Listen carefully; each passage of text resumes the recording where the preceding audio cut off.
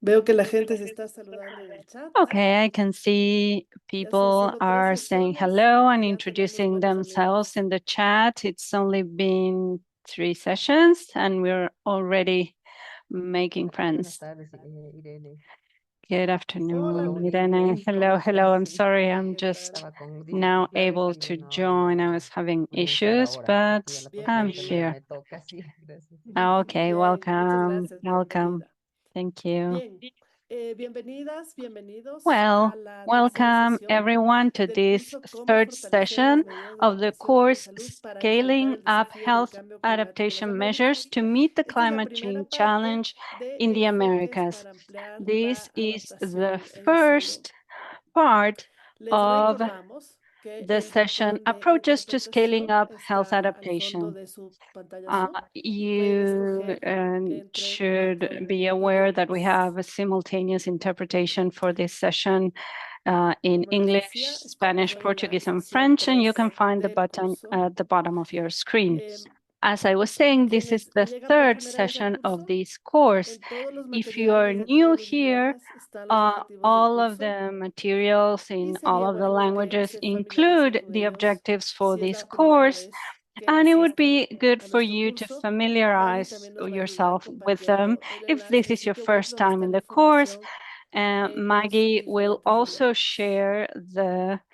Los objetivos de esta link sesión to the son website that has all reconocer the los information in componentes all of the clave de las available evaluaciones de languages. vulnerabilidad y And so adaptación the y las hacen objectives útiles for para ampliar this los esfuerzos de session adaptación are to frente a aquellos recognize que the key limitan su impacto. components of vulnerability and Identificar adaptation 2 o 3 assessments puntos de entrada that make them realistas dentro de useful for su propia scaling up organización adaptation en los que efforts la información y versus las those consideraciones that limit climáticas, their incluidas impact. las de las evaluaciones de Identify 2 or 3 vulnerabilidad y realistic entry adaptación, points within their podrían own integrarse en organization los where climate programas information and existentes para ampliar considerations, los esfuerzos de including preparación. for from Y por V&A, último, could descubrir las potentially be fuentes integrated comunes de into existing resistencia programs to scale institucional up a la preparedness integración de las efforts and consideraciones to describe climáticas y common ofrecer sources of soluciones institutional para abordar resistance las to barreras mainstreaming climate preexistentes. considerations and offer solutions. Las sesiones tienen duración de The 90 minutos. sessions Cada last sesión 90 concluirá y minutes. terminará con un debate que Each incluirá session unas will end respuestas with a a las preguntas Q&A de participantes. discussion, Por favor, les pedimos lo de and dice Q&A, the speakers will escribir be preguntas answering que your questions quieran dirigir a submitted cada by uno de the los audience. ponentes. And so please Las use the grabaciones, las Q&A diapositivas, las button on the presentaciones bottom estarán to disponibles include en la your página web questions. del curso en los The próximos días. recordings and materials will Les be available recordamos que at the su website in the next participación few es days. contabilizada And si we usan el remind you enlace that we permanente de su are counting inscripción your en Zoom. attendance Tienen que usar and your siempre el attendance mismo is enlace para recorded que se as long as you registre use the same link correctamente su every asistencia. time, and it has Lo to que be vean en the YouTube one no with va a which you contabilizarse como registered. asistencia, sino el uso And del enlace YouTube personalizado views de do Zoom. not count as attendance. You have Recuerden to que quienes log obtengan into the 70% al Zoom final del session examen, con una using the same puntuación de email más del that 70%, you recibirán un certificado de entered, participación that you enrolled with. del You Consorcio will Global de receive a Educación en certificate of Clima y Salud. participation if you attend Recuerden que a también percentage pueden of the enviar sus sessions ejemplos de and casos have prácticos para a las score sesiones de of escucha y aprendizaje. 70% Pueden seguir el or enlace que above se va a compartir in the en el final chat test. o pueden You can escanear en este submit momento your case el studies código QR. examples to Estas present in sesiones tendrán sessions lugar en la 5 sesión and 5 y 9, 9 del curso. where the audience La will primera be able entonces to será submit their la cases. próxima semana. So the first one of those will También be pueden next unirse a week. nuestro grupo de WhatsApp You can para also recibir join información our WhatsApp importante group y to recordatorios. receive important Igualmente, information and escaneando reminders. el código QR que estamos And to mostrando access en that, pantalla you can o scan el enlace the para QR unirse al grupo de code on WhatsApp the que screen se or compartió the en el chat. link that is just being Bien, shared el día de hoy in the chat tenemos right a now. 3 Today, we have expertas de la región, 3 cada una en su campo. experts from Vamos a empezar around con la the doctora Karen region, Colson, each of quien se them a desempeña como asesora specialist in their regional de la field. We have OPS-OMS, Karen donde brinda apoyo a los Paulson, which países de is a las Américas regional para fortalecer advisor los for sistemas de salud PAHO a fin de and abordar los the desafíos relacionados con el WHO, clima. where she provides support to countries in the Americas to strengthen healthcare systems in order to face the challenges connected to climate. She worked in the Ministry of Health of Jamaica and the Caribbean Epidemiology Center, working on vector control. She's a doctor in zoology from the University of West Indies. We have also Magali Antonia Batista, who is the director of the Surveillance Division of Environmental Health in the Office of Health Surveillance Coordination of the Municipal Health Department of Sao Paulo. She has a degree in nursing and specializes in environmental health surveillance. And we also have Dr. Marcy Borbor Cordova, researcher, senior researcher from the International Pacific Center for Disaster Reduction. She's a doctor and studied in the School of Environmental Sciences of the NYU. She was Vice Minister of Environment for Ecuador, and she's a leading author in the IPCC reports. And good evening, wherever you're joining from. Thank you very much, Irene, for that introduction. I'm going to share my screen. Okay. Thanks again, everyone. So it's my pleasure this afternoon to be speaking with you in a short moment on scaling up approaches to scaling up health adaptation. And I'm going to be looking at what are some of the components of conducting a vulnerability and adaptation assessment for climate change and health. And then we'll also look at some examples from countries in our region, look at some definitions, what we actually mean when we're talking about scaling up and what are the levels of scaling up, some of the barriers or challenges that we face with respect to scaling up, and what are some solutions. So as I go through, I ask that you think about your respective situations and how things can apply. So when we talk about conducting the vulnerability and adaptation assessments for health, this is all within the operational framework that was developed by the World Health Organization in 2021. And this is what we use as a framework for building climate resilient health systems. So the vulnerability and adaptation assessment, and I will say V&A just so I don't tie my tongue up each time I have to say the words, is one of the 10 components for building a climate resilient and low carbon health system. And it helps us to build the evidence base which informs the strategies, plans, and interventions. So it helps us also to assess current and future vulnerability to the health risks of climate variability and change. And so what do we mean when we talk about scaling up a V&A? The scaling up of a V&A then refers to expanding the scope, the depth, and the impact of these evaluations to better inform climate resilience strategies across broader regions, sectors, and populations. So before we look at what it means to scale up, let us look at what are the steps that are involved in conducting a vulnerability and adaptation assessment, V&A. So there are 6 steps here. We go from 1, 2, 3, 4, 5, 6. I will look at each of them in a little detail, not a lot of detail because we don't have much time, but the guidance will be shared, the guidance document, which is available for everything we do. We do provide guidance that can help our countries as we're looking to build and strengthen climate resilient health systems. So step 1 looks at planning the assessment. Step 2 is the actual assessment. Step 3, a capacity of assessment. So step 2, we look at the vulnerability assessment. Step 3, the capacity assessment. Then 4, we look at the future risk assessment. 5, we do the actual adaptation assessment. And in step 6, we do a synthesis of everything. So what we need to do first then is to frame and scope the assessment. So the where, what, and who. So we have to ensure that the process is adaptable to the local context. These are national assessments that we're talking about. So because it has to be to be aligned to the the local context, we have to ensure that for each of the 6 steps, we keep that in mind, because it's a participatory approach. So it's not one person. This approach is a recommended approach. It involves diverse stakeholders, including local governments, government agencies, non-government organizations, researchers, and so on. And so there are also different goals, timeframes, and available resources, depending on the context. The time periods vary.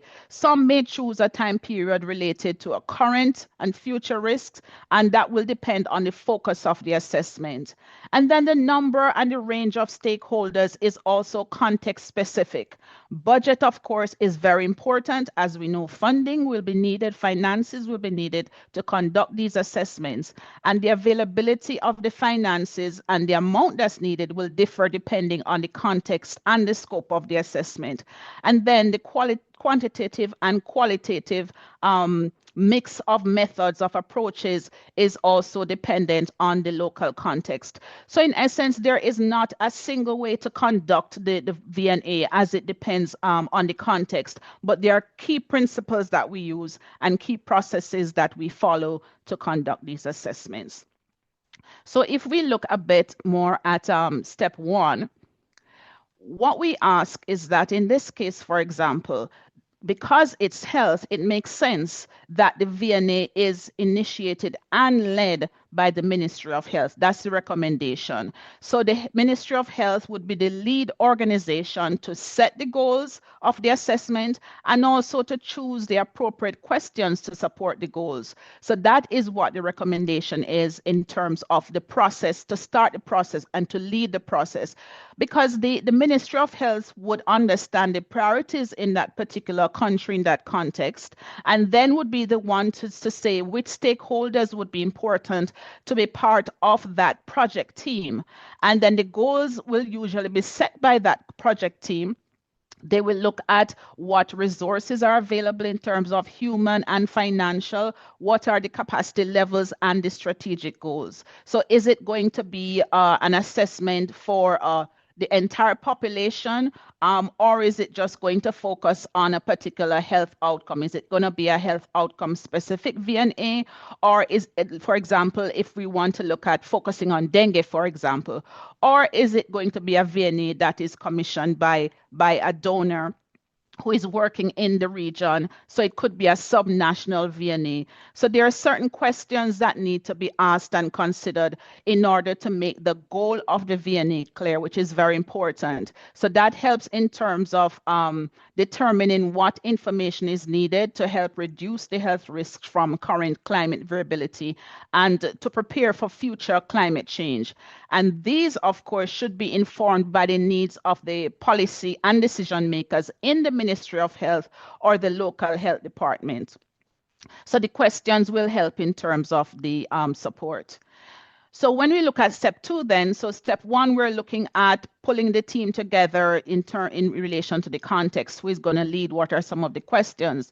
So step 2 actually covers the vulnerability assessment. So it looks at the current burden of climate sensitive health outcomes and the vulnerabilities to climate change.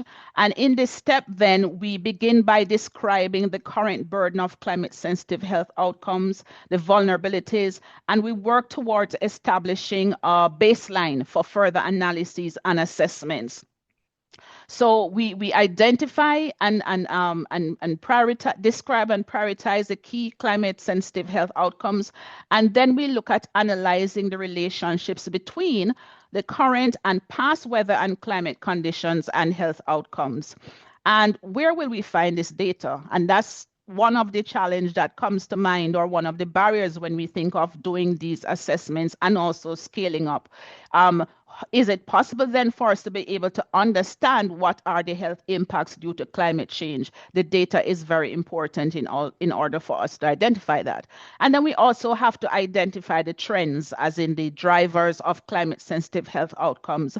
We have to also look at the geographic distribution of these risks and how to describe them. And then we also will have to look at considering the health determinants when we're establishing the relationship between the weather patterns and the climate sensitive health outcomes.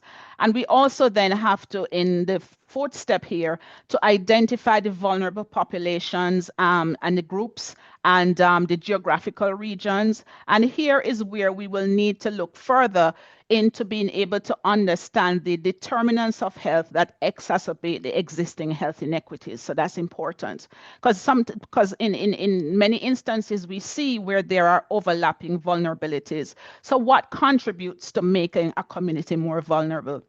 These are the things that are considered in the vulnerability assessment. And then we have to document the baseline information and proceed with the monitoring. So as I'm speaking, there are some terms that I'm using that, you know, I just want us to bear in mind and to give some definitions of some key concepts so we're on the same page.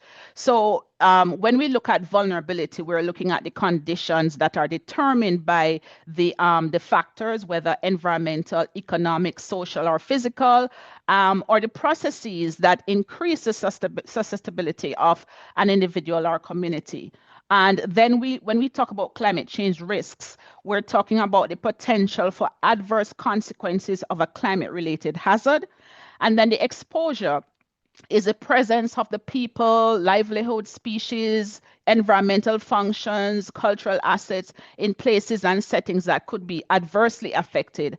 And then the adaptive capacity speaks to the ability of the systems, of persons, of institutions to be able to adjust to potential damage and to take advantage of opportunities or respond to the consequences. So a V&A considers climate change along with all the factors that can interact with climate to increase or decrease the health risks. This graphic is I think many persons may have seen it before, and this looks at, and I'm linking this to the key concepts that I just mentioned here. So this shows us here, describes the health risks from climate change and the potential negative health outcomes. So we're seeing the climate-related hazards like extreme weather events, air pollution, and so on, the vulnerability factors related to demography, geography, the exposure factors in terms of the energy systems, people and communities, and the negative health outcomes, meaning like the injuries and mortality due to extreme weather events, heat-related illnesses, non-communicable diseases, vector-borne diseases, and so on, the impacts on the health systems and facilities themselves. All of this aligns with the Intergovernmental Panel Climate Change approach, and it considered health risks to be a function of climate-related hazards, which I mentioned, the exposure of the persons, and the other factors. And these factors can increase or decrease our exposure to climate-related hazards or our sensitivity to effects of these hazards, and can also create barriers that limit our resilience or ability to adapt. So here's an example. This is an example from Egypt, but we can think of in our own settings in some of our countries. To put together, this is really a simple example of a baseline vulnerability for a V&A. So the exposure, the risk factors, the trends, and the adaptive capacity. So in this particular example, we're looking at the exposure of increases in temperature and the number of days of heat waves. We're also looking at the increased frequency and intensity of extreme weather events. And then the risk factors, the current health burden there, that they identified malnutrition, diarrheal diseases, and so on, and vulnerability factors were important.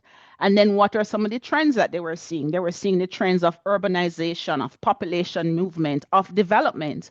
And then what adaptive capacity were they able to identify? Well, they have integrated surveillance systems, early warning systems, and the political will, which is very important, in addition to some other factors. So that's step 2.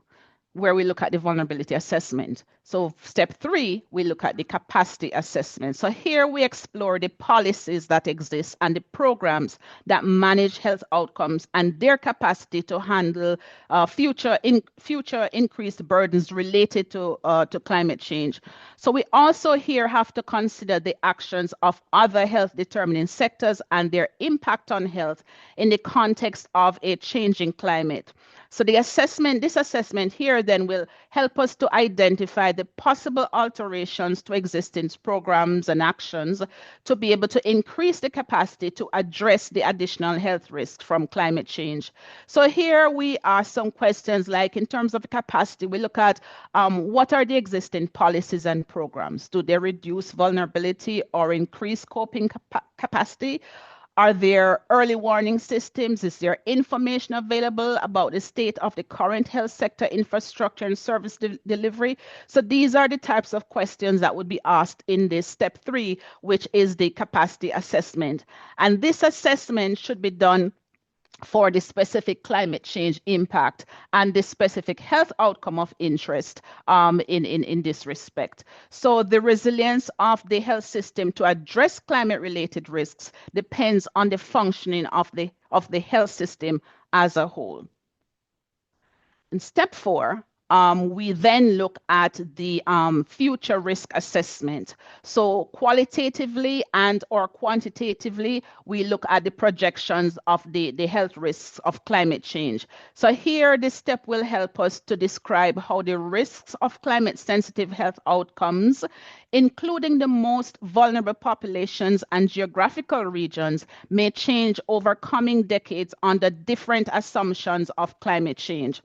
And the additional health burden then can be estimated whether qualitatively or quantitatively, depending on the available data, the resources, and the capacities. And in step 5 then is where we actually do the adaptation assessment. So here we identify the policies, programs, actions needed to address the current and future health risks of climate change, which we would have identified in the earlier steps.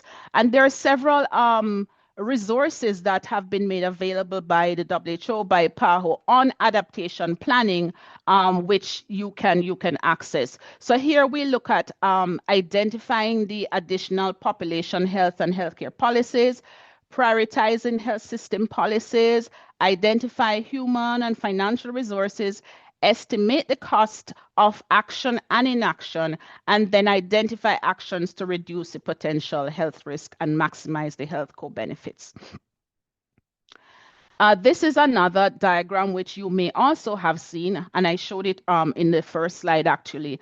And this is the operational framework, again, for building climate resilient and low carbon sustainable health systems. And this is a useful tool that helps us in identifying in a comprehensive manner the policies, programs, and actions to address health risks of climate change. So it outlines 10 components of climate resilient and low carbon health systems in the outer ring. And this is based on, we speak about the 10 building blocks. So this provides a structure to guide the countries, and this actually helps us in terms of developing or preparing health national adaptation plans, which some countries would have already started the process. So the V&A really forms the basis of the health national adaptation plan, and so it's critical that that is done in countries. So the final step, step 6, here we want to summarize and communicate what we found in the V&A to ensure that they are used appropriately to help us then to inform the Health National Adaptation Plan, or HNAP. So here is where we synthesize the results and share the key messages with stakeholders and decision makers. And it also helps us to ensure that the results of the V&A assessment are included in relevant national climate change policy processes and reporting mechanisms, such as the nationally determined contributions and others, which countries would have, some countries would have already submitted and are in the process of updating to submit to the UNFCCC. And so the V&A provides an important evidence base also for us to be able to inform certain policies. And so here, again, the 6 steps of developing or conducting a vulnerability and adaptation assessment. So then, having looked at these six steps in conducting a V&A, how can we scale up? Well, before we talk about how can we scale up, what does it mean when we talk about scaling up? So when we talk about scaling up, we're talking about geographic expansion, moving from local or project-led assessment to a regional or national level, or even to the global level. We're talking about sectoral integration, including more sectors, not just health, including other sectors like agriculture, water, infrastructure, so that the assessments can reflect the interdependencies and the cascading risk from climate change. We're talking about temporal depth, extending the assessments to consider long-term climate projections and future scenarios, not just the current vulnerabilities. And then we're also talking about, in terms of scaling up, the methodological enhancement using more sophisticated tools. We talk about early warning systems, doing climate simulation. So this helps us to improve accuracy and relevance. And then, of course, there's the stakeholder involvement, engaging more actors from different sectors to ensure the assessments are inclusive and actionable. And then there's a policy linkage, aligning the assessments with national adaptation plans, health equity, development goals, international frameworks, and so on. And importantly, also mobilizing finances, technology, and institutional support. So we're talking about adaptation, we're talking about scaling up, but just to again give a few definitions here, we talk about reactive adaptation, incremental adaptation, and transformational adaptation. So if you think about it, reactive adaptation is short-term and urgent. We don't plan for that. Something happens, a roof blows off, and we try to fix the roof. But then we end up sometimes doing some adaptation actions or activities that are what we call maladaptation, because we didn't have the time to plan, so we just do it and then whatever comes after comes, but it doesn't address the underlying vulnerabilities. We also talk about incremental adaptation, which is the gradual adjustments to the existing systems to reduce vulnerability to climate risks. So this builds on current practices and infrastructure, and is often sector specific. So for example, we're looking at improving drainage system, or looking at low risk and politically feasible things. An example is looking like at installing air conditioning in hospitals to cope with the heat waves. That is an incremental adaptation, or, for example, upgrading water supply systems to handle droughts. Then we have transformational adaptation, which is what we're aiming for when we're talking about scaling up. This looks at, the definition of this is fundamental changes to systems, structures, or values to address climate risks at their core. And so the characteristic of this type of adaptation is long-term, is systemic, and is often cross-sectoral. It also involves shifting in governance, policy, and societal norms. It can include having to redesign some urban system, or shift in the health paradigm. So for example, relocating a community from a flood-prone area, overhauling the public health system, doing over a completely new health facility as part of preparing for what could come. This is the guidance document I mentioned earlier, and it's available. So this is the tool that number of countries, over 50 countries, have used this in terms of doing their health V&As. It helps, as I mentioned earlier, in identifying climate sensitive risks. It helps to evaluate the health system vulnerabilities and inform the national adaptation plans and health sector strategies. So let's look at a few examples in our region where we have use this tool. And this can be done either at the population level and also at the healthcare facilities level. So from the Bahamas, I know we have people on in the session from the Bahamas. So in Bahamas developed and launched their health national adaptation plan. How were they able to do this? They conducted several stakeholder-driven assessments to be able to identify the health vulnerabilities linked to hurricanes. They looked at sea level rise and they looked at heat waves. So these were what they focused on in their HNAP. And I must say the HNAP is a living document, so it can be updated, things can be added and so on. They also included then adaptation strategies for healthcare infrastructure and emergency response, and scaled up findings into a national health policy and disaster preparedness plan. From the Dominican Republic, they decided to work on community climate and disaster first aid.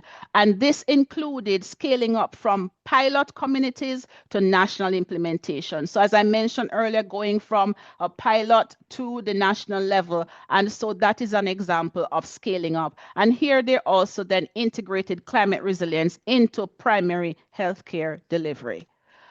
Colombia is the final example I'll look at. They also developed their Health National Adaptation Plan.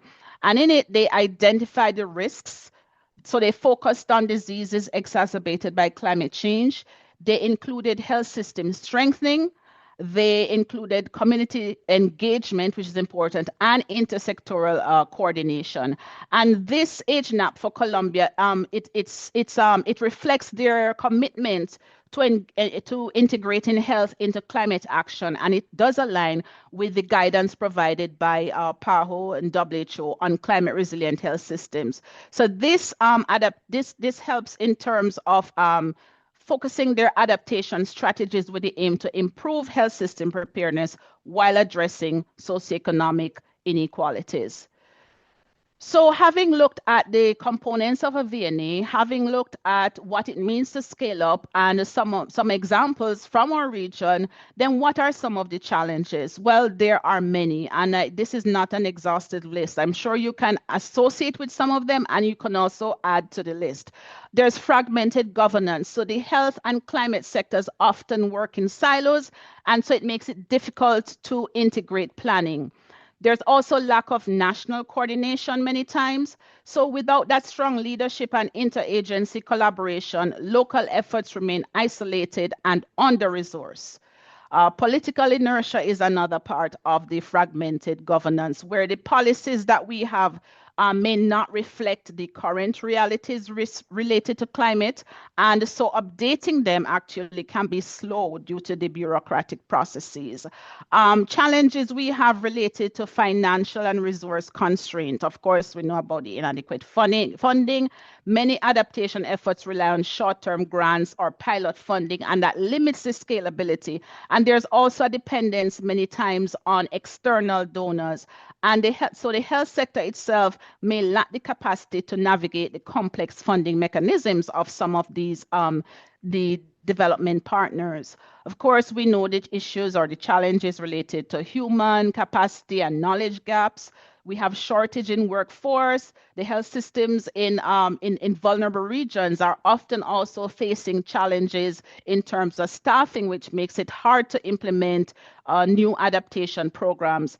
And then health professionals may often not have the climate-specific knowledge or tools to respond effectively, and hence one of the reasons for having courses like these. And there are issues, of course, related or barriers and challenges related to data and communication.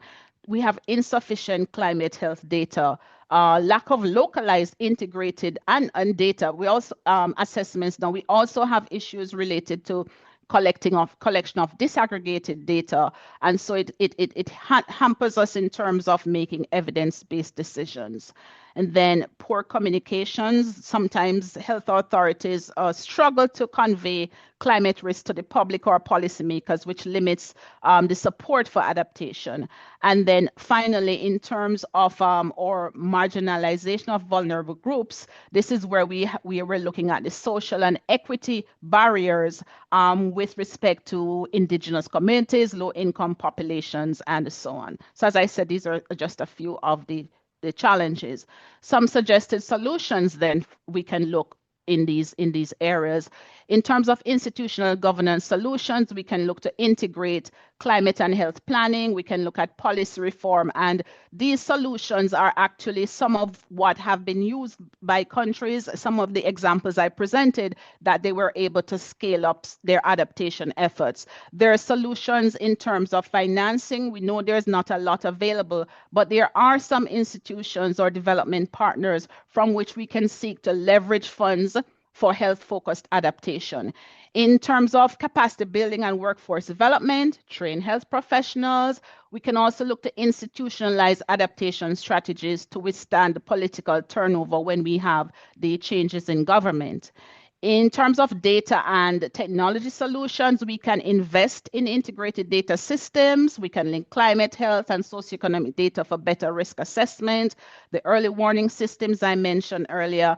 And then in terms of social and equity solutions, we can look to increase the community engagement in terms of co-designing adaptation strategies with vulnerable groups and populations to ensure relevance and ownership. We also have opportunities in terms of the networks that exist. I don't know how many persons know of this particular document, but it's a common document that was put together by a lot of partners you see listed there. And this is a document on the common position of Latin America and the Caribbean on climate change and health. We have several networks within our region which we can tap into, which help us in relation to this. In terms of evidence, we do have research agendas. We have one for the Caribbean. WHO is working on a global one. We have different community of practices through which we can share our experiences and learn from each other. So in summary, scaling up V&A assessments helps. It helps us to identify priority areas for intervention. It helps us in terms of allocating resources more effectively, designing robust forward-looking adaptation strategies, and building resilience across interconnected systems. So scaling up depends on the presence of the enabling conditions, which range from fundamental enablers that provide knowledge and financial resources to scale up. And these solutions then must be tailored to field-level conditions to ensure interventions are effectively deployed, such as community engagement and monitoring and evaluation. And then we can continue to move from there. So with that, I say thank you, and back to you, Irene.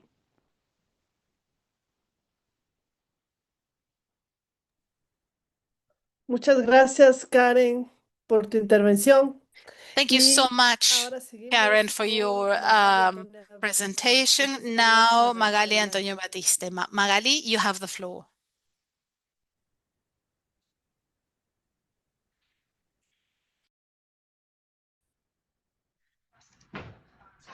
Boa tarde a todos. Good afternoon. Me ouvindo? Can you hear me? Bom, primeiro deixa eu compartilhar a minha apresentação. First of all, I would like to share my screen.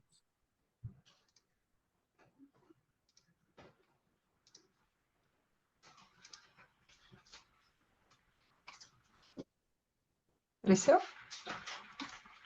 Is it all right? Bom, obrigado pelo convite. Once again, thank you very much for the invitation.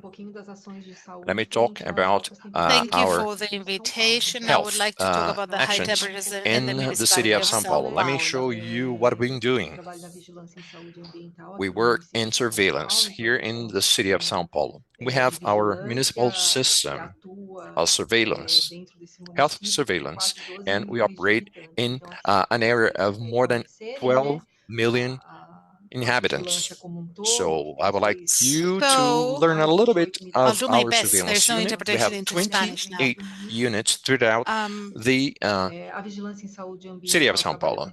Our surveillance Also, the in idea is to environmental work health with works with different populations soil exposed contaminants to and airborne chemicals and natural disasters. We work with quality of water from human consumption. While considering natural resources, we have the low and high temperatures under scrutiny. Now, when we talk about high temperatures and events most vulnerable people are senior citizens and children. We know that. But here in the city of São Paulo, there is a large part of the community that is under risk. So we focus on that population of those who are homeless, people who have nowhere to live or to sleep. And then with regards to our high temperature operation, we started off in 2023 after several episodes of heat waves, and that was then when we created a contingency plan. We have a center to control climate emergencies, and we followed a graph. When we started 32, when we started marking off 32 degrees Celsius and up, so the civil defense unit would declare a hazardous time, or there is a series of criteria under this plan. So observation, attention, maximum alert. So when we reach 32 degrees Celsius, so there is a moment of alert.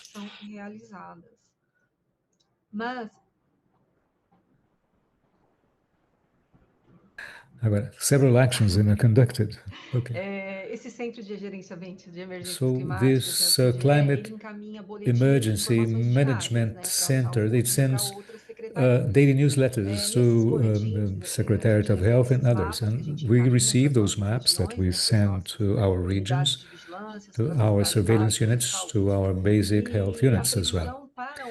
And the estimate for heat waves, that newsletter or bulletin is actually done every 3 days. And why 3 days? Because we do follow the National Institute of Meteorology in Brazil, when the temperature in this case is maximum temperatures, when they exceed 5 degrees Celsius, heat waves are then claimed or detected. Whenever we reach over 5 degrees Celsius, and our average of review is around 28, our average temperature is 28 degrees, and so we go all the way up to 32 degrees. This graph below shows the results of the years 2022, 23, and 24. And you can see in yellow, green is 22, yellow 23, and orange 24. And you can see how higher the results for the years 2023 and 2024 exceed 22 degrees Celsius above the fire. In 2024, we did not only have changes for high temperatures in the months of June and July. Throughout the year, we had high temperatures. This graph shows that very clearly. And in the month of September 2024, we had some different events or episodes that, in addition to what is expected for the month of September, in other words, low air humidity actually gets further down. The municipality has faced heat waves, as I told you before.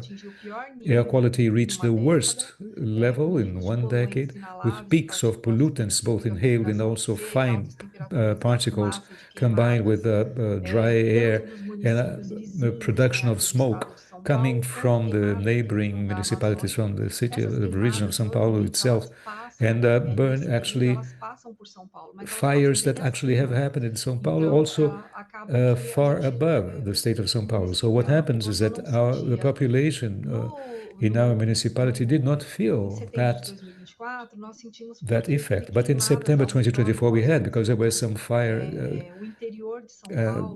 slash and fire during the whole region in the outskirts of São Paulo. So it had many burned areas, and so we had a very poor air quality during that time. And so a whole committee of crisis for high temperatures was set up.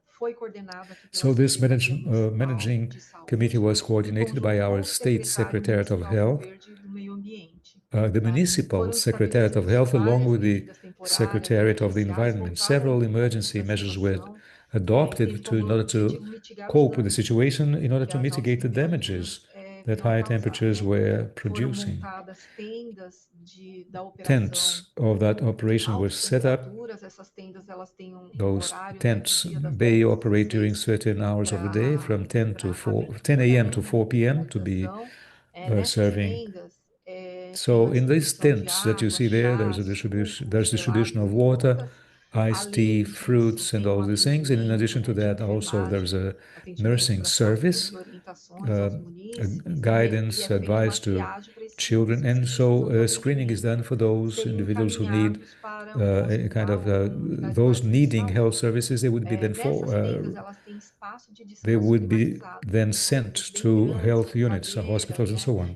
This is a very well climatized area with its big tents, chairs available as well. It meets the needs not only of the population of the region, but also that population of people living in the streets. Beside those big tents, we have some of these called pet tents. They offer special care to domestic animals and professionals. They provide advice to that population regarding the care they have to be delivering so yeah, food and water are delivered to these animals during that period of time. That crisis committee during that period of time worked based on the strategy of the map of priority areas in terms of thermal stress. This has been made available by the Secretariat of the Environment, and also the municipality was worked out as a whole, but those were the priority areas. So within those areas, 7 of those were those at higher risk regarding thermal stress. The mapping was done of basic health units and schools also. That would be a priority for those actions to be undertaken. There were also deliveries of physiological serum, oral rehydration therapy, and also the center to that assisting the elderly. Also during that period of time, we have a platform called e-health, e-saúde. This app generated high temperature alerts, sending alert messages. A sentinel routine was also established for the prevention of fires, because we had lots of fires in parks within our municipalities. So a strategy of sentinel unit was adopted for fire, especially security guards in the evening. They were actually at standby, and if they identified some smoke in the surrounds, they would get in touch with the fire brigade and these things. So several guidance documents were produced for the elderly, for public servants, and also for children at school age. Those units also, those basic health units of the 7 priority areas that I mentioned, guidance was delivered to the participant at the very door of the basic health unit. As soon as individuals arrived there, a screening was done regarding the situation, or depending on the diagnosis of that person, and some advice was given at that very point, at the time they arrived at the health units. And so a waiting list of individuals waiting for that kind of service was established. There was an intensification of the family health care was also, so people were also aware, in addition to the home visits on the part of the family health strategy, community health workers, they actually, there are also those working with environmental protection, and also the endemic agents as well, the agents working on endemics. So they distributed folders and brochures to provide guidance and information to people. One of the strategies we also use here in the surveillance division was to train health professionals regarding the service to the municipalities due to climate change for high temperatures, low air humidity, with an indication to work with this brochure of the Ministry of Health. MS means Ministry of Health, suggested by PAHO. So this guide brings the combination between climate change and health. So healthcare systems which are capable to respond promptly to all these demands, recognizing the problems of health related to climate change. And one of the strategies also for low air humidity, we have been using this in our surveillance division, is the so-called contingency plan for low air humidity. 100%, between 31 to 100%, that indicates if humidity becomes below 30%, the state goes into the status of attention in red. This is detected by the civil defense, and we then forward to our surveillance units to be then sent to the basic health units. When at the time we send it also to the schools, and they follow a protocol. They forward them, refer them to the schools, and in the school they are available to tell teachers about that situation, to avoid, for example, physical exercises in the open. If there's going to be a physical activity in the school at that time, that physical activity will be transferred to a covered area, or that is not going to be done that day, maybe to do that in the next day. So there's guidance regarding the use of oral rehydration therapy, or H, using eye lubricants, drops, being hydrating even more often, and in the schools. It's important that they establish a specific time for rehydration, so children go to the drinking fountain, all these kinds of things, so that they may drink water.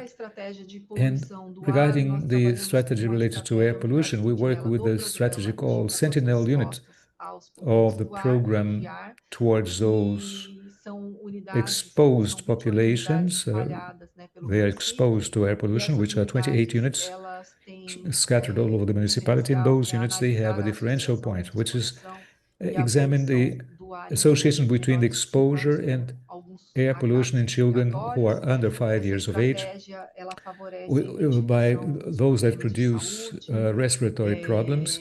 That strategy responds within a time scale which is as close as possible to the event. So with that, we can actually do a closer analysis, and we allow to warn healthcare professionals regarding the possibility of having some diseases which are preventable associated to air pollution.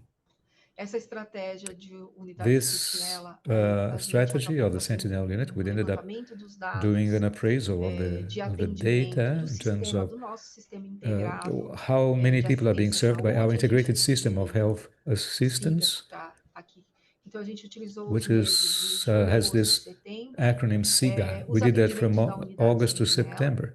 How many people were assisted by the Sentinel units, and also the different decrease of low air humidity, precipitation also, in other words, rainfall during those months, so the amount of rainfall, not in millimeters, but just the number of days of rainfalls, temperatures above 32 degrees also listed there, and also in terms of burns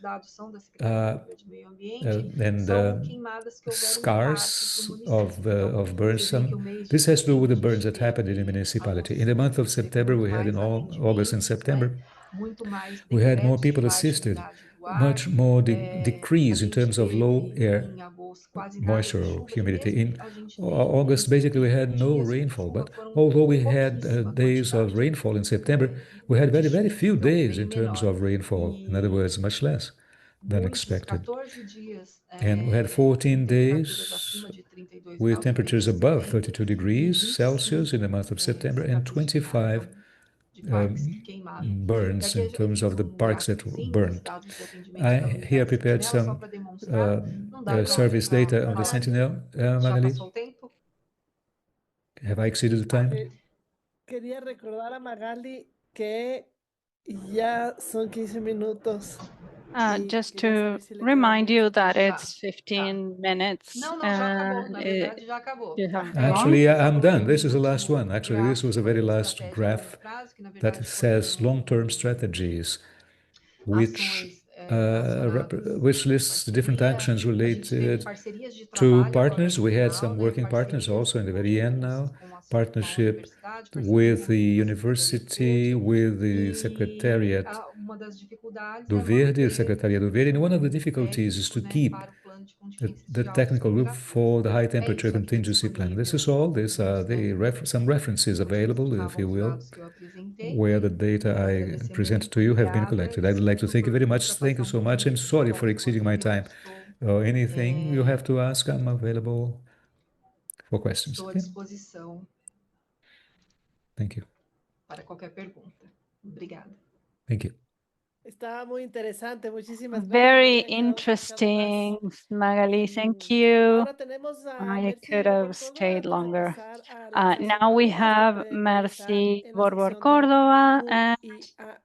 you Gracias, Mercy, can por su remember you presentación. can place your Muy questions buenas in the tardes, Q&A muchas gracias section. por la Thank invitación you, y Mercy, vamos for pues a being la with us presentación, today. Thank ¿no? you so much. Voy a And presentar el let's caso de start una with ciudad my presentation. costera, que es la I'm ciudad going de Durán, to present justamente para today ver algunas de las about a barreras que hemos coastal tenido en city, los procesos para Duran, hacer la parte de just to tell you about vulnerabilidad y the luego cómo barriers podríamos that we llegar a have la adaptación. had Entonces, en doing the este caso, vulnerability lo que quiero assessments and empezar how es we can estableciendo que get to some el adaptation IPCC ha sido measures. muy enfático en And decir que el I cambio would like to climático va a note that the aumentar en IPCC frecuencia y has been cantidad muy very altos eventos clear extremos en in todas las noting zonas del that mundo. climate Y eso lo change estamos is viviendo todos increasing los años, in cada año, en cada región. Pero severity así and también se frequency establece of que las events throughout ciudades the tienen world. unas condiciones But especiales it also justamente states donde se that van a cities amplificar are estos efectos por la have the migración de la conditions gente, por la for some densidad que of se these tiene, effects y to be entonces vamos a tener amplified mayores problemas. because of the En esta gráfica concentration lo que of vemos people, es because of algunas their de las conditions. imágenes de Durán And en el so here we 2015. have En el some of the 23 y el images 24 of trajimos temperaturas Duran in superiores a los 32, incluso hasta 2015, 35 grados where we have centígrados. had Las in some inundaciones son years un pan de cada temperatures día, dijéramos. over Todos los años tenemos, 32 pero degrees, and en we el año have 2020 no floods sabemos lo que every pasó. year, but Nos vino in una pandemia que nos afectó a 2020, todo el we all planeta. know what ¿Esto qué quiere happened. decir? We Que had a los Mercy, es que no pandemic estás compartiendo that la affected the pantalla. entire world. Perdón. Sorry, Mercy, we're not Ok, seeing your otra vez. presentation. Pensé que Let estaba. me try Ya, again to share. ya. ¿Pueden ver mi Let's see pantalla now. ahora? Can you see it now? Sí, solo ponlo por favor Yes, en yes, presentación. Sí, sí, just está put bien. it in presentation Entonces, mode. estaba Thank indicando you. que esta And so, ciudad, as I was telling you, ya this pasamos al city, a ver, algo que quería mencionar es esto que me parece something that I importante, wanted to es que mention básicamente is las that ciudades están al frente de cities todas are at estas the amenazas forefront múltiples, la of these climática y la de la multiple epidemia y de threats, la pandemia. both En el climate caso de threats, Durán, but es una also ciudad costera, 300.000 habitantes, que epidemics está en and una zona muy pandemics. baja. Y aquí ustedes Duran pueden ver is la at a zona de los really canales low y vías de land, and you relación de can see inundaciones en un canals. periodo de This retorno de is 10 años, que nos floods permite ver modeling cuán a menudo estarían during a inundadas bastante 10-year de la ciudad. period. And Pero hay so una we can condición see how especial aquí. often the city 40% de la might ciudad flood. está en But asentamientos here we can informales. see Y that además, algo que hay que 40% tener en of the claro es que city las ciudades are tienen la irregular competencia de todo lo que es settlements.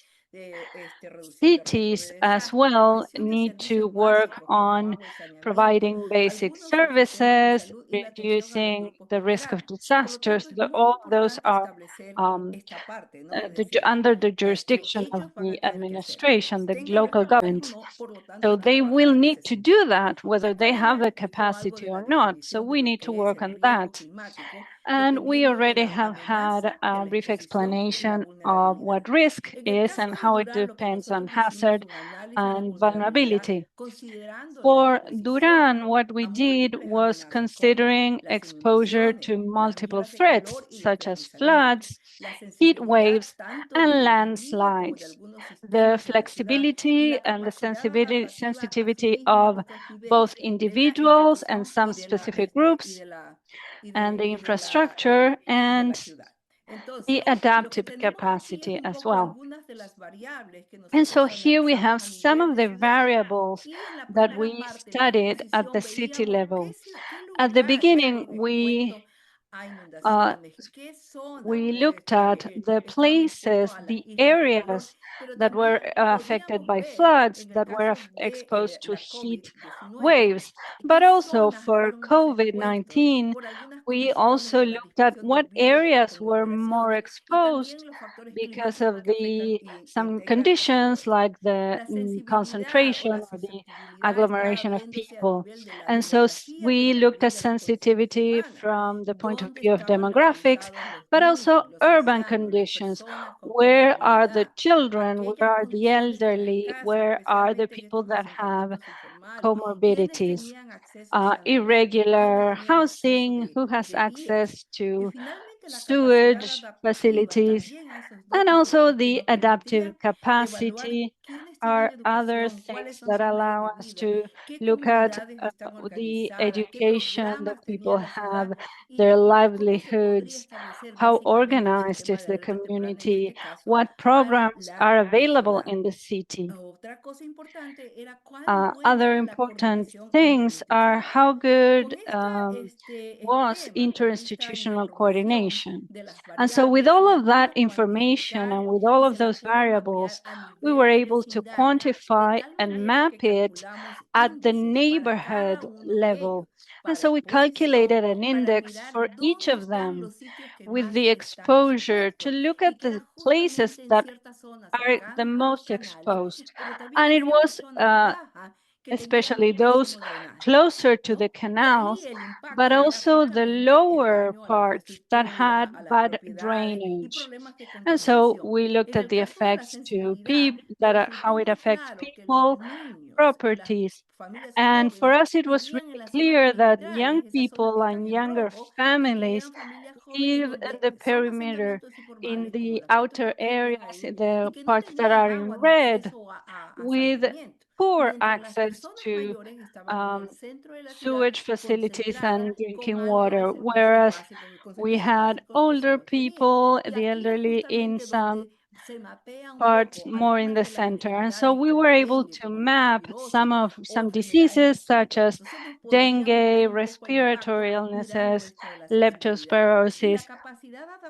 And for the adaptive capacity, we were able to identify the neighborhoods that have practically no capacities, whether it's human or whether it's city services that are not reaching those areas. They're not being provided with the basic services. And so the adaptive capacity is really low, and those are the parts that are in red. And so we looked at community organization, whether there was surveillance and health promotion. And what we saw was that there was community leadership, especially women, and that there was some disaster prevention strategy.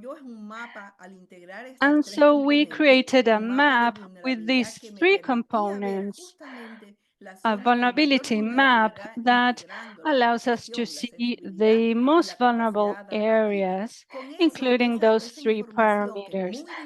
And that information that is also very dynamic allowed us to start working on other things. When we, for example, brought the dengue data, we realized that that was more concentrated in urban areas, but not necessarily because that's there, because that's the reality, but because we had no information in the outer areas because there are no healthcare facilities there. And so we need information from on the ground to learn what is happening there with the people. And when we were working on vulnerabilities and environmental factors, we were in 2020, and so we got the pandemic. And working there, we found an opportunity to explore the perceptions of people, what they knew about COVID, what was the capacity to have testing done for COVID, to have a record, to have more information, perhaps collective information about their nutrition.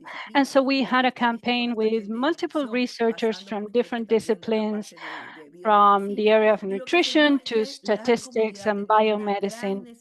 And what we found was that there was a great need for knowledge and information in the community that they needed to have blood tests that were not available. And so we have big gaps in our cities. And so this is a good opportunity to work on building the networks that will allow us to reach that population. And so we also looked at the possibilities of having an epidemiological early alert system. A great barrier was the technological barrier. We assumed that everyone had a cell phone, but we found out that that's not the reality. And that is something that you only find out when you actually go there and see that. And the third component that is about the adaptive capacity of a city, we used a scorecard system to analyze the governance, which is a critical factor for cities. And we found that during emergencies and disasters, which is where we started, of course, epidemics and epidemic outbreaks that come are not particularly considered in preventive and responsive measures. We also found that mental and physical health issues are not thought of in a long term, with a long-term perspective. They are taken care of at the acute phase, but not in the long term. And also for chronic diseases, we know that those are critical patients during an emergency, and that is not taken into account. We also looked at the other parts. What was the institutional capacity to integrate public health with those multiple threats, both climate and epidemics? And we saw that the information is distributed in a few stakeholders, particularly public health sector. And so that information is not shared. There are some specific initiatives, and so the others have to guess or based on their previous knowledge, but there are no protocols for the exchange of information, for interinstitutional collaboration that is legally mandated, that has clear protocols, that makes it so that information is integrated, harmonized, for example, for taking into account young children or the elderly. And something that I think happens in all of our cities is under-reporting for epidemiological surveillance. And so we're not able to see what is actually happening with the diseases that are being spread. And some groups are working on data quality and the confidence that is necessary for doing public health analysis based on that data. And something else about adaptive capacity is the community. We have one of the facilitators there in the picture, and we saw that the community isn't clear about their role. They don't understand how they can participate in a response or a health and adaptation process. Even when the community wants to be involved, they don't know how, they don't have the tools or the information. The process of communicating risks, some kind of training is fundamental because the first responders are in the community, and that is something we always say. They need to know what is going to happen. And we also need to keep this long-term vision with planning. In the cities, there are many groups, but sometimes the objectives are disseminated. So it's important to work on the local knowledge of these communities, their leadership. They can be really an advantage, an opportunity for us. And so with this, we mapped all of these and we created this chart with these three, let's call them systems. So we have the urban system that is has to work with local governments, has to do with urban planning, with irregular settlements, risk prevention, but that sometimes don't work or interact with the second system, that is the knowledge. Perhaps we could include here universities that can build multi-thread integrated models, work on vulnerability analysis that have to be context specific, that have to include the local knowledge, and we need to establish where are the threats, where is the pollution, where I have drainage issues. And the last system in this model, the one that we need to work on, is needs to work in an integrated manner on vector-borne diseases, on healthy nutrition, on non-communicable diseases, on public health. And they all need to work jointly to be able to have public health activities that are geared towards the community. But we need to create capacity to be able to do all of this analysis. And this is a path to adaptation. And in closing, what I have is that in order to be able to use the information to have more climate resilient systems, I need to integrate health with the city governments, with risk reduction. And so that interinstitutional cooperation or collaboration needs to happen. It doesn't happen because it's not given as a mandate. And the municipal governments sometimes think that public health is outside of their scope. And it isn't. And also information. We need information to learn about the vulnerabilities, but also to make projections for the future. And also we need to maintain a good epidemiological surveillance if we want to be able to have an early alert epidemiological system.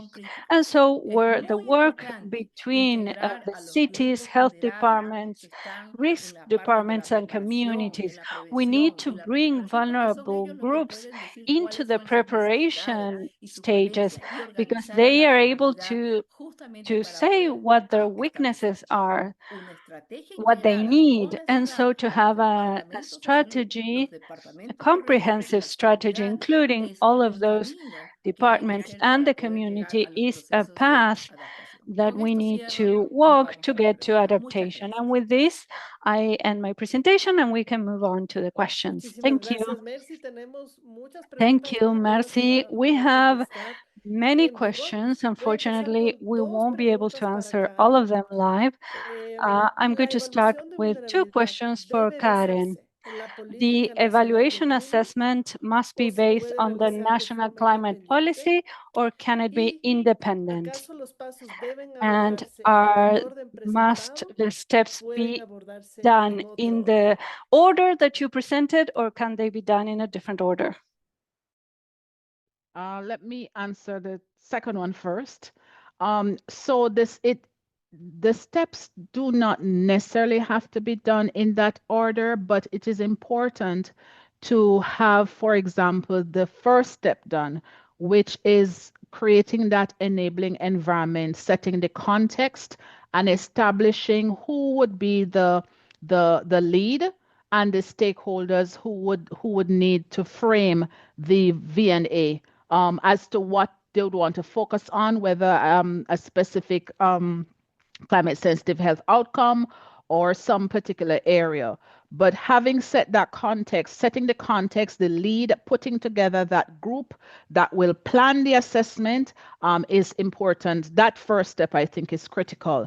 Then the decision can be made. Do you want to look at, first of all, assessing your vulnerabilities, or do you want to look at assessing the capacities first? If you want to do 3 before 2, but the logical way to do it is step by step, because you're building on each step. There are some steps that could be done simultaneously. You could be looking at the capacity assessment and the vulnerability assessment at the same time, but you don't necessarily have to wait for one step to finish to be able to do the next one. But in terms of the process, it is suggested. It's a suggestion. Any documents we produce are suggestions. It's a suggestion to follow that particular pathway. Yes. And then the first question was asking if the assessment has to be done in the national context or if it can be individual. That was the question, Irene. Yeah, okay. No, si debía No, basarse en una whether política it nacional de had to be clima o se based puede on a realizar de national forma climate independiente. policy or it can be independent. So the assessment does not have to be based on a national climate policy.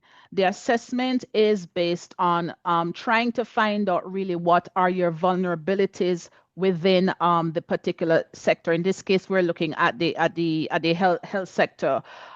So the national policies can exist. There are national policies on climate change, but what can happen is that the information that you get from the assessment can feed into the strategic documents, the policies, and so on. The V&A helps us in terms of getting the evidence that's needed to move up into the next level in terms of we're talking about scaling up and so on. On an individual level, I'm not sure what the person meant on an individual level, but again, it's important that everything is aligned and that the decision as to whether or not the V&A is going to be done and who is going to do the V&A and where the focus is going to be, that has to be decided in the beginning.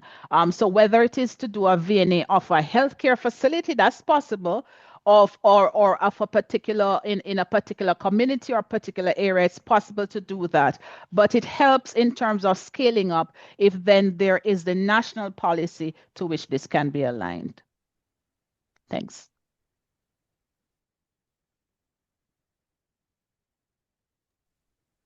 Gracias, Karen. Ahora voy a Thank you, Magali. Karen. Te voy a And now presentar dos I have preguntas. Una, Magali. ¿cuánto I have tiempo 2 se tardaron questions en for you. crear How long did y it empezar a take to trabajar con el create comité de and start crisis to y qué work on with necesitaron the crisis para committee? hacerlo? And what Y did you otra need to do relacionada, that? si hay ya And una the second estrategia one that is municipal de connected gobernanza o is that is coordinación there a institucional y territorial municipal que governance ya puede coordinar intersectoral respuestas como las de este caso? instance that allows you to coordinate responses such as the one in this case? Iniciou, e sim, As é a uma matter of fact, estratégia yes, da that Prefeitura is a Municipal de São strategy Paulo. from the city of Sao Paulo. Começou em We started off 2023, in quando a gente teve 2023 as when altas temperaturas, as we had maiores a high temperaturas. Então, peaks, lá highest em temperatures 2023, in a gente record. começou In com a 2023, we operação started with operation, altas temperaturas. high Em temperature, 2024, por conta so-called de high temperature vários operation. In fenômenos, como 2024, due queimadas, to por exemplo, teve baixo a umidade series of prolongada, events se such montou esse as comitê de crise. O comitê de crise wildfires montou-se, and montou na air Secretaria pollution. Municipal So de Saúde. we had a Quem coordenava era o crisis secretário committee municipal de that saúde, was under junto com our o secretary, secretário municipal, along with o secretário municipal do Verde e Meio Ambiente. the Várias environmental secretarias secretary participam in the desse city of São Paulo. comitê. And there are Esse several comitê departments ele that foi take part in this instituído em committee. This committee was 2024, established in 2024. ficou todo o tempo que And houve as altas temperaturas aqui no you know, município. when we E had high temperatures here in a gente the tem city of São as Paulo, throughout portarias, all mas ele that time, so tá we montado, had porque assim, toda some vez actions. But que as a matter of fact, a every gente time for we acionado pelo Centro de are Ajuda de triggered Emergência by our nacional, emergency center, que nós vamos ter ondas de calor, and esse that there is a comitê forecast that there will normalmente be vai ser montado. heat wave, the committee assembles. But there is a matter of fact, it was not established who is going to do it. So every time we have an emergency call, we assemble, we get together. That is how we work. I hope I have answered your questions, or both questions. Yes, thank you so much. Very As a matter of fact, it was and straight to the precise. point. Thank you very much. See, we have two questions for you. The first one is, what software did you use to create those maps? And does it require some training to be able to use it? And also the early alert was for 34 degrees in your case, but in Chile we have 32. I would like to know what is that difference. Well, first on the operational vulnerability, I think it's a great tool to use both by ministries and cities. And so the cities need to work on the urban planning. And so they have a really granular, at the really granular level, they have all the plans of the territory.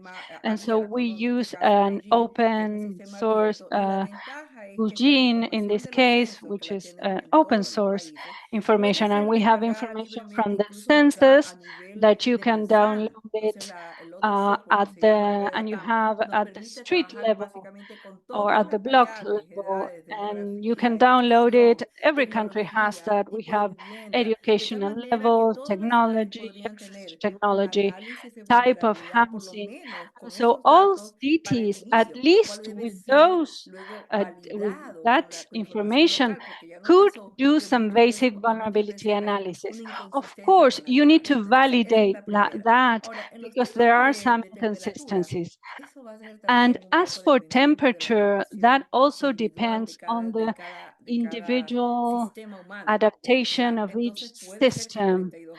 Because, for example, it might be that 32 degrees at some place is enough to increase mortality rates for some people and not in some other place. And so we need to look at the vulnerabilities of specific groups. Vulnerability varies, and it's not the same for a person that is, for example, 80 years old, or someone who is 40, or someone that has a comorbidity. So we do have those thresholds to be able to set an alert. And of course, we need to work with the experts and with the local knowledge. For example, in Ecuador, we have 3 different regions. So we can't have the same threshold for the part that is in the Amazon or the part that is in the mountains. And so we need to work to determine what is the best threshold.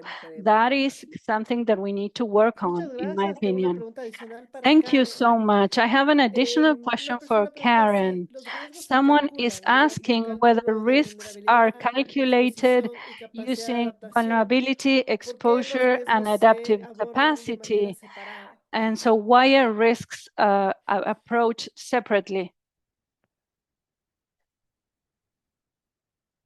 I'm not understanding the question. Sorry. Creo que lo que se refiere es que I think what it means identificar un riesgo is that in order to identify a risk using that calculation from the risk assessment, you use different indicators, but then you address the risk not by the indicator that is shared between different risks, but we approach each risk individually. I don't know if it's something you can answer. No, I'm sorry. It needs to be a bit clearer for me. Sorry. Yo puedo tratar de interpretar, ¿no? Lo que Está creo que I difícil. can try and interpret. Perhaps we need to think, are we talking about multiple threats?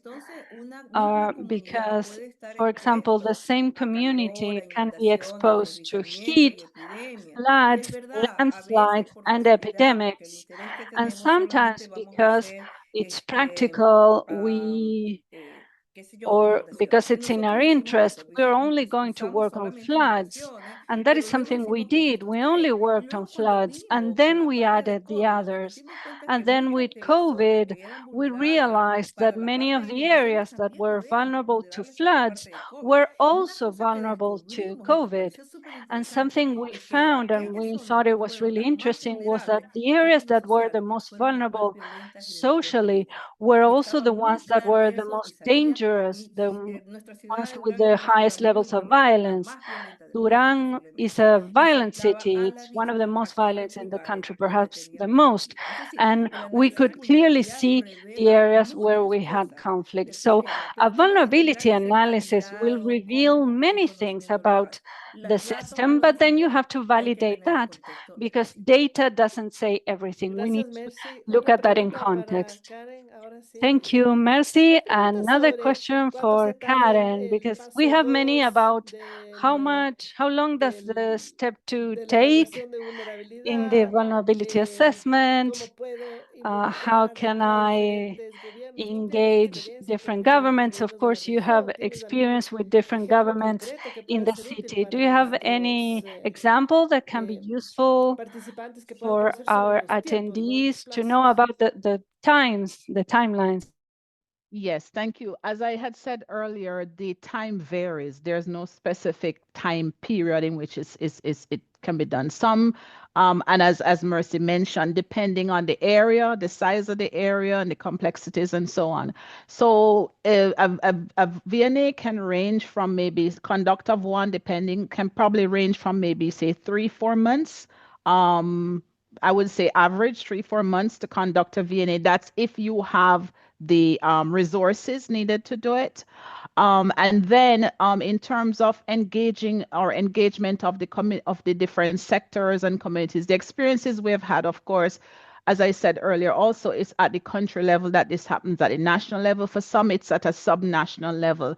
And so with the Ministry of Health leading or the health sector leading, then we look first of all at the in some instances, there is already established in the country multi-sectoral or intersectoral committees that are dealing with health issues. One easy entry, I think, is in situations where you have a committee that's already established that deals with disaster response, for example. It's usually easy to interface with that committee that's already established, because we find each time if you're going to try to establish committees, the same persons and so on like that. So we try to work with what already exists in country, and most countries do have some kind of a mechanism in place where that is concerned. And then you go and you begin the awareness raising. You as in the Ministry of Health, we work with the Ministry of Health with that awareness raising and so on. And then once the Ministry of Health is on board, because the Ministry of Health has to be convinced of the importance of climate change and health, and for doing these assessments, then they can interface with other sectors. So that has been a formula, one of the formulas that has worked so far. Thanks. Gracias, Karen. Una última pregunta Thank you, técnica para Karen. Magali. And the last Ale puso, ¿por question, qué technical existe un question mayor for riesgo para la Magali. salud con baja Why humedad? is there Si el a índice de calor es más risk for peligroso low con alta humedad. humidity if the heat is more dangerous with high humidity? In addition to the risks of the different birds, when we have lower humidity, we have a higher risk of fires and burns. We have also the risk of having respiratory diseases. In addition to having the problems related to high temperatures, we have breathing or respiratory problems. And this is a reason for that.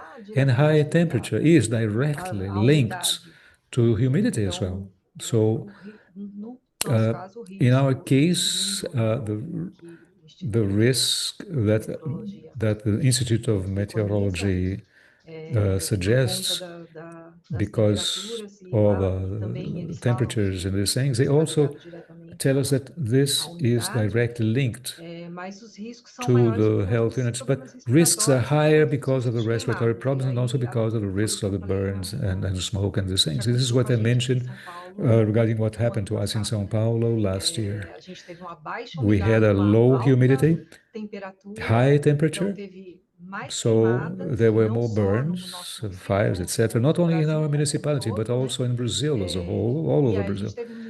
And we had many other, far more respiratory problems, which is exactly which was shown by the last graphic that I showed very quickly, showing that we had an increase in the number of respiratory problems and respiratory diseases in general.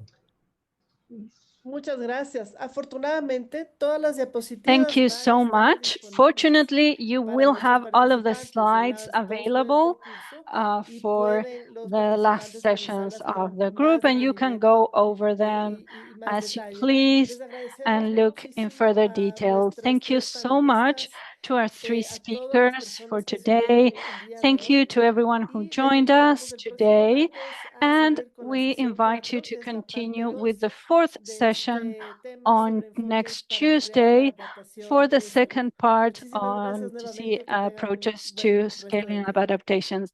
Thank you. Have a great day.